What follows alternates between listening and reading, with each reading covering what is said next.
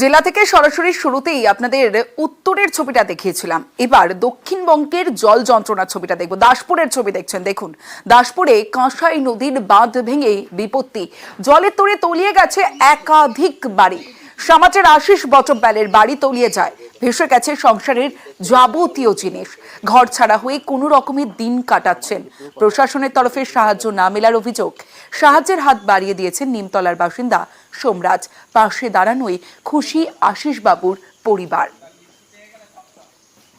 তাদের প্রতি শ্রদ্ধা এবং ভক্তি দুটোই আমার, ওনারা যে এগিয়ে এসছেন আমার পাশে দাঁড়িয়েছেন, এটাতেই আমি খুব গর্বিত এবং আনন্দিত। ওনারা যে বললেন এটা আমার করে দিবেন, মানে এর থেকে আর বড় জিনিস কি হতে পারে, ওটাই খুব শান্তির বাণী পেলাম। একটা পরিবার এইভাবে পুরো ভেসে যাচ্ছে। যাই হোক, সেটা আলোচনা করেছেন। নিমতলায় যে বড় মন্দিরটা হচ্ছে রঘুনাথ গোপাল গোবিন্দজিউ, ওই মন্দিরের এটার সঙ্গে কথা হয়েছে, একটু দেখছি ওখান থেকে কিছুটা, আর আমরা আরো কয়েকজন মিলে একটা আলোচনা করে টাকার ব্যবস্থা, আমার থাকার মতো ব্যবস্থাটা করে দেবো। একটা মাথার ছাউনিটা যেন পাই, উনি যেন এখানে ওখানে যে আমার রাতে থাকতে হচ্ছে সেটা না, নিজের ভিটাতেই যেন রাত কাটাতে পারেন। দাসপুরের পাশাপাশি ঘাটালের ছবিটা আপনাদের দেখাবো। দেখুন এখনো পর্যন্ত হাঁটু সমান জল।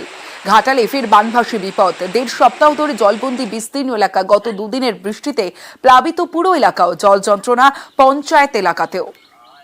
জল তো আবার বাড়ছে খুবই। পূজার জন্য হয়তো, তার জন্য হয়তো আরো দুশ্চিন্তা, মানে পূজার তো কোনো হবে নি। কিভাবে যাতায়াত করছেন আপনারা এখন? আমরা ওটা বাঁধ দিয়ে, মানে যোগ ফেরি বাঁধ দিয়ে নৌকায় যাতায়াত করছি। কি সমস্যা হচ্ছে? সমস্যা তো প্রচুর, সমস্যার প্রচুরই, মানে যাতায়াতের খুবই কষ্ট। পুজো নিয়ে আবার দুশ্চিন্তায় রয়েছে। হ্যাঁ, পুজো নিয়ে আবার দুশ্চিন্তা, মানে পুজোয় আমাদের কোনো আনন্দ হবে নি, কিছুই হবে না। দাসপুর ঘাটালের পর এবার পাঁশকুড়ার ছবি দেখাবো। জলবন্দী পাঁশকুড়ায় আরো দুর্ভোগ। মেরামতির সময়ই ভাঙলো কাঁসাইয়ের বাঁধ। পাঁশকুড়ার গোবিন্দনগরের নয়া দুর্ভোগ। নতুন করে জল ঢুকছে বানভাসী এলাকায়।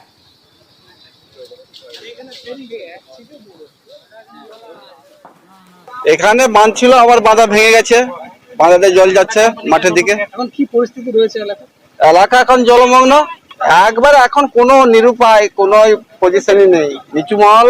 আর এই সামনাসামনি লোকজন আবার বাঁধে ওঠার চেষ্টা। বাঁধ ভেঙেই প্লাবিত হয়েছে। হ্যাঁ, বাঁধ ভেঙে।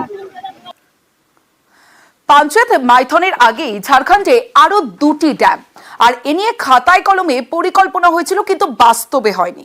ডিভিসি আধিকারিকের মতে প্রস্তাবিত 2টি ড্যাম তৈরি হলে ডিভিসির ছাড়া জলে পশ্চিমবঙ্গের বিস্তীর্ণ এলাকা এভাবে ভাসত না।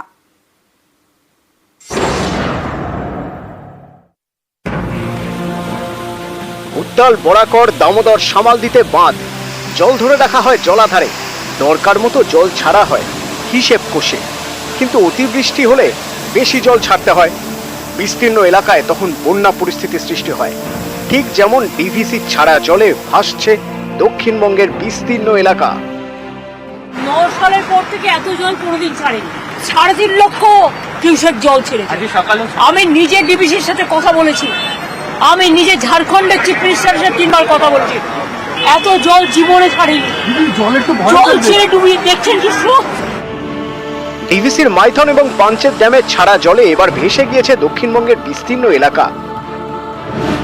এই 2 বাঁধ তৈরির সময় মোট 7টি বাঁধ তৈরির পরিকল্পনা করেছিল ডিভিসি, কিন্তু এখনো পর্যন্ত 5টি ড্যাম তৈরি হয়েছে।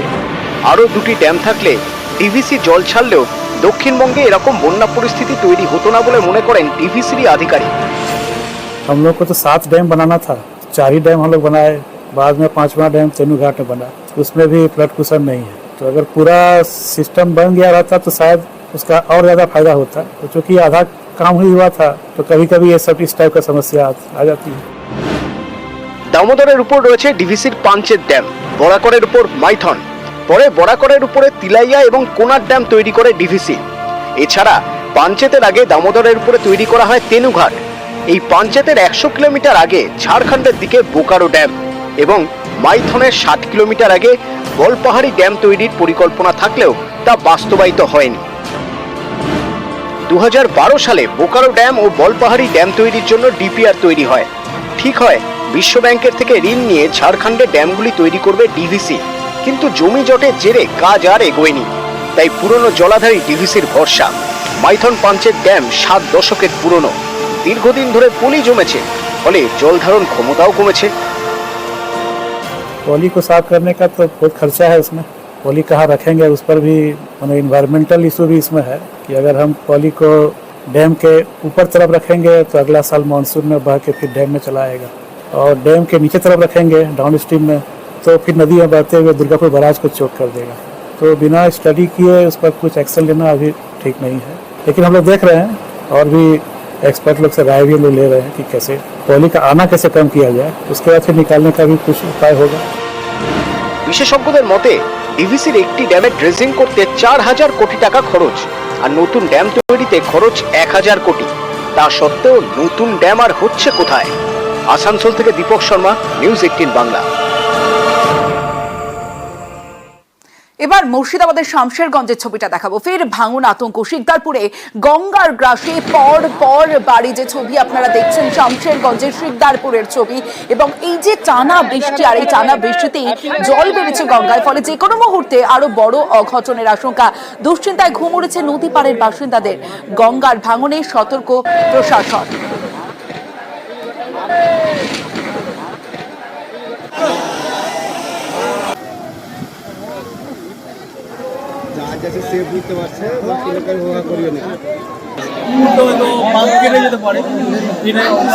জল ঢোকার সম্ভাবনাটা নেই, যেহেতু জলস্তরটা মানে সরজমিন থেকে একটু নিচে আসে, বাড়ি ঘর তলিয়ে যাচ্ছে, এটা একটা মানে সমস্যা। পাশে একটা জায়গা আছে মানে পুকুরের সাইডে, ওটা যদি মানে কেটে যায় তাহলে কিন্তু জল ঢুকে যাবে, আর এটা যে কোনো মুহূর্তে হয়তো হতে পারে। জেলা থেকে সরাসরি সবশেষে যে খবর আপনাদের দেখাবো, পুজোয় বৃষ্টি বিভ্রান্তি। কেন বলছি? কারণ পরপর দুদিন আবহাওয়া দপ্তরেরই দুই পূর্বাভাস। গতকাল আবহাওয়া দপ্তর জানিয়েছিল যে পুজোয় স্বাভাবিকের থেকে বেশি বৃষ্টি হবে, সে খবর নিউজ 18 বাংলায় আমরা দেখেছিলাম। আজ আবার পূর্বাভাস, হালকা থেকে মাঝারি বৃষ্টি হবে পুজোতে। উত্তরবঙ্গেও হালকা থেকে মাঝারি বৃষ্টির পূর্বাভাস আজ জানিয়েছে আলিপুর আবহাওয়া দপ্তর।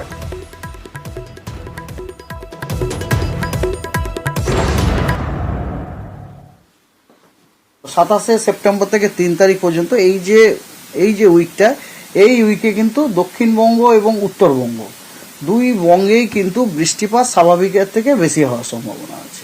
4 তারিখ থেকে 10 তারিখ পর্যন্ত যে উইক, ওই উইকেও কিন্তু দুই বঙ্গে বৃষ্টিপাত স্বাভাবিকের থেকে বেশি হওয়ার সম্ভাবনা। অর্থাৎ আমরা যেটা কি বুঝলাম, দুর্গাপুজোর যে সপ্তাহটিতে, ওই সপ্তাহটিতে পশ্চিমবঙ্গের সব জেলাতেই স্বাভাবিকের থেকে বেশি বৃষ্টিপাত হওয়ার সম্ভাবনা আছে।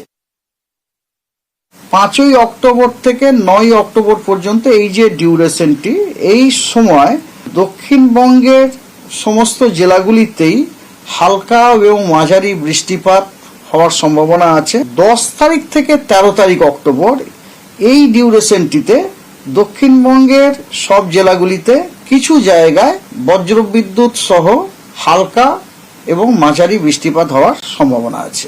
এই রেনটা মানে খুব একটা হাই ইম্প্যাক্ট রেন নয় আর কি, হালকা মাঝারি। দুর্গাপুজোর সময় প্রতি বছরই হয়ে থাকে, কিন্তু আদারওয়াইজ পুজোর মরশুমে কিন্তু এরকম ওয়েদার আমরা এক্সপেক্ট করছি না যে সারাক্ষণ ঝমঝম ঝমঝম করে বৃষ্টি পড়ছে বা ঘ্যান ঘ্যান ঘ্যান ঘ্যান করে বৃষ্টি হচ্ছে, আমরা বেরোতে পারছি না, নতুন জামা কাপড়, that we are not expecting right now.